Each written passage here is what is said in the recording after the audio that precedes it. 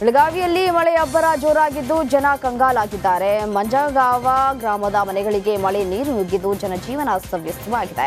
ಚರಂಡಿ ವ್ಯವಸ್ಥೆ ಸರಿಪಡಿಸದೇ ಇದ್ದಿದ್ದಕ್ಕೆ ಜನರು ಆಕ್ರೋಶಗೊಂಡಿದ್ದು ಜಿಲ್ಲಾಧಿಕಾರಿ ಶಾಸಕ ಅಭಯ್ ಪಾಟೀಲ್ ವಿರುದ್ಧವೂ ಕಿಡಿಕಾರಿದ್ದಾರೆ.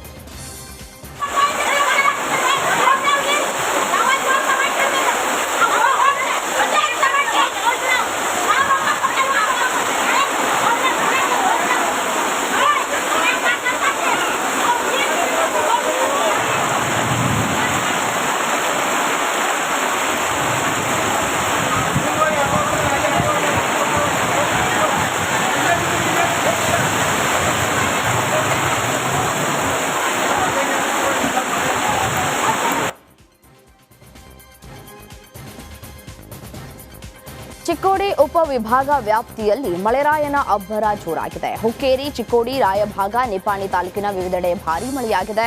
ಹುಕ್ಕೇರಿ ಪಟ್ಟಣ ಸೇರಿದಂತೆ ತಾಲೂಕಿನ ವಿವಿಧೆಡೆ ಬಿರುಗಾಳಿ ಸಹಿತ ಮಳೆಯಾಗಿದ್ದು ಮಳೆಯಿಂದಾಗಿ ವಾತಾವರಣ ತಂಪಾಗಿದ್ದು ರೈತರ ಮೊಗದಲ್ಲಿ ಮಂದಹಾಸ ಮೂಡಿದೆ.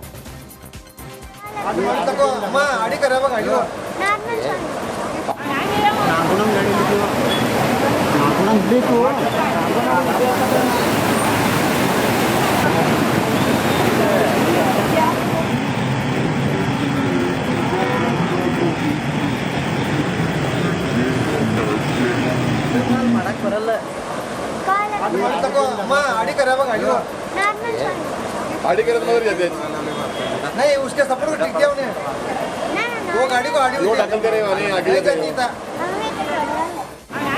नागुणम गाड़ी लिखो नागुणम देखो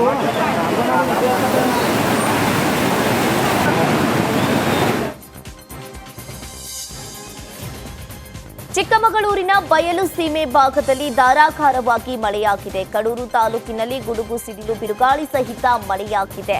ತರೀಕೆರೆ, ಅಜ್ಜಂಪುರ ತಾಲೂಕಿನ ಹಲವು ಭಾಗಗಳಲ್ಲಿಯೂ ಮಳೆ ಸುರಿದಿದ್ದು ತೆಂಗು, ಅಡಿಕೆ ಬೆಳೆಗಾರರ ಮುಖದಲ್ಲಿ ಸಂತಸ ಮೂಡಿದೆ.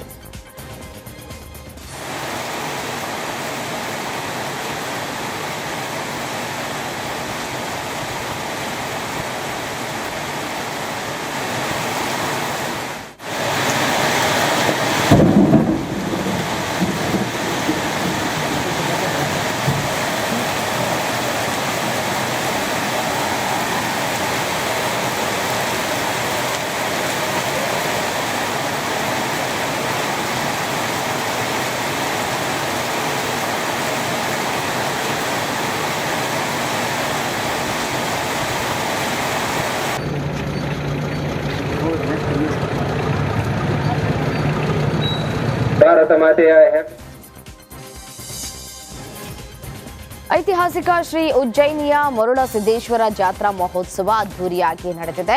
ಉಜ್ಜಯಿನಿ ಶ್ರೀ ಜಗದ್ಗುರು ಪೀಠ ಪಂಚಪೀಠಗಳಲ್ಲಿ ಒಂದಾಗಿದೆ. ಶ್ರೀಗಳು ರಥೋತ್ಸವಕ್ಕೆ ಚಾಲನೆ ನೀಡ್ತಾ ಇದ್ದಂತೆ ಭಕ್ತರ ಹರ್ಷೋದ್ಗಾರ ಮುಗಿಲು ಮುಟ್ಟಿತ್ತು. ನಾಡಿನ ಮೂಲೆ ಮೂಲೆಗಳಿಂದ ಆಗಮಿಸಿದ ಭಕ್ತರು ಮರುಳಸಿದ್ದೇಶ್ವರ ಸ್ವಾಮಿಯ ರಥೋತ್ಸವವನ್ನು ಕಣ್ತುಂಬಿಕೊಂಡರು.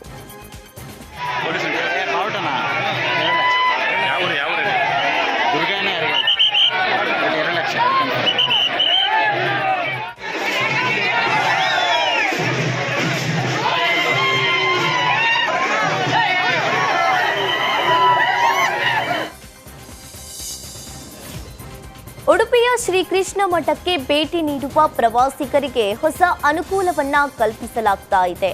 ಧಾರ್ಮಿಕ ಪ್ರವಾಸ ಉದ್ಯಮದ ನೆಲೆಯಾದ ಉಡುಪಿಯಲ್ಲಿ ಇನ್ನು ಮುಂದೆ ಕೃಷ್ಣ ಮಠಕ್ಕೆ ಭೇಟಿ ನೀಡುವ ಭಕ್ತರಿಗೆ ಇತರ ಕ್ಷೇತ್ರಗಳೊಂದಿಗೆ ಸಂಪರ್ಕವನ್ನ ಸಾಧಿಸಲು ಅನುಕೂಲವಾಗಲಿದೆ. ಪರ್ಯಾಯ ಪುತ್ತಿಗೆ ಮಠದ ವತಿಯಿಂದ ಕೃಷ್ಣ ಗೀತಾ ಟೂರ್ಸ್ ಎಂಬ ಯೋಜನೆಯನ್ನ ಆರಂಭಿಸಲಾಗಿದೆ. ಇಡೀ ಜಿಲ್ಲೆಯಾದ್ಯಂತ ಇರುವ ಧಾರ್ಮಿಕ ಕ್ಷೇತ್ರಗಳಿಗೆ ಇಲ್ಲಿಯಿಂದಲೇ ಸಂಪರ್ಕ ಕಲ್ಪಿಸಲು ವ್ಯವಸ್ಥೆಯನ್ನ ಕೂಡ ಮಾಡಲಾಗಿದೆ. ಆಚಾರ್ಯ ಮಧ್ವರು ಹುಟ್ಟಿದ ಕುಂಜಾರುಗಿರಿ ಸೇರಿದಂತೆ ಆಸುಪಾಸಿನ ನಾಗ ಕ್ಷೇತ್ರಗಳು, ದೇವಿಯ ಆಲಯಗಳಿಗೆ ಇನ್ನು ಮುಂದೆ ಭಕ್ತರು ಸುಲಭವಾಗಿ ಭೇಟಿ ನೀಡಬಹುದಾಗಿದೆ. ಪರ್ಯಾಯ ಪುತ್ತಿಗೆ ಮಠದ ಶ್ರೀ ಸುಗುಣೇಂದ್ರ ತೀರ್ಥ ಶ್ರೀಪಾದರು ಈ ಮಹತ್ವದ ಯೋಜನೆಗೆ ಚಾಲನೆಯನ್ನ ನೀಡಿದ್ದಾರೆ. ಚಿಕ್ಕೋಡಿಯ ಅಗ್ರಣಿ ಹಳ್ಳಕ್ಕೆ ಮಹಾರಾಷ್ಟ್ರ ಭಾಗದಿಂದ ಭಾರೀ ಪ್ರಮಾಣದ ನೀರು ಹರಿದು ಬಂದಿದೆ. ಗಡಿ ಜಿಲ್ಲೆಯ ರೈತರ ಮುಖದಲ್ಲಿ ಮಂದಹಾಸ ಮೂಡಿದೆ. ಹಿಂಗಾರು ಮುಂಗಾರು ಮಳೆ ಕೈಕೊಟ್ಟಿದ್ದರಿಂದ ಗಡಿ ಗ್ರಾಮಗಳಲ್ಲಿ ಹನಿ ನೀರಿಗೂ ಪರದಾಡುವಂತಾಗಿತ್ತು. ಸದ್ಯ ಕರ್ನಾಟಕದ ಪಾಂಡೆಗಾವ ಸೇತುವೆ ಭರ್ತಿಯಾಗಿದ್ದು ಶಿರೂರು ಗ್ರಾಮ ತಲುಪಿದೆ. ಅಗ್ರಣಿಗೆ ಒಳಹರಿವು ಜಾಸ್ತಿ ಇರುವುದರಿಂದ ಇನ್ನೆರಡು ದಿನಗಳಲ್ಲಿ ಕೃಷ್ಣಾ ನದಿ ಸೇರುವ ಸಾಧ್ಯತೆ ಇದೆ. ಕೊಪ್ಪಳದ ಎರೆಹಂಚಿನಾಳ ಗ್ರಾಮದಲ್ಲಿ ಗ್ರಾಮ ದೇವಿಯ ಅದ್ದೂರಿ ಮೂರ್ತಿ ಪ್ರತಿಷ್ಠಾಪನೆ ನಡೆಯಿತು. ಲಕ್ಷ್ಮೀ ದೇವಿ ಮೂರ್ತಿಗೆ ವಿಶೇಷವಾಗಿ ಹೋಮ ಹವನವನ್ನ ನೆರವೇರಿಸುವ ಮೂಲಕ ಮೂರ್ತಿ ಪ್ರತಿಷ್ಠಾಪನೆಯನ್ನ ಮಾಡಲಾಯಿತು. ಪ್ರತಿಷ್ಠಾಪನೆಗೂ ಮೊದಲು ಗ್ರಾಮದಲ್ಲಿ ದೇವಿಯ ಮೂರ್ತಿ ಮೆರವಣಿಗೆ ನಡೆಯಿತು. ದೇವಿಯ ಮೆರವಣಿಗೆಯಲ್ಲಿ ಸಾವಿರಾರು ಭಕ್ತರು ಭಾಗಿಯಾದರು. ಫೋಟೋ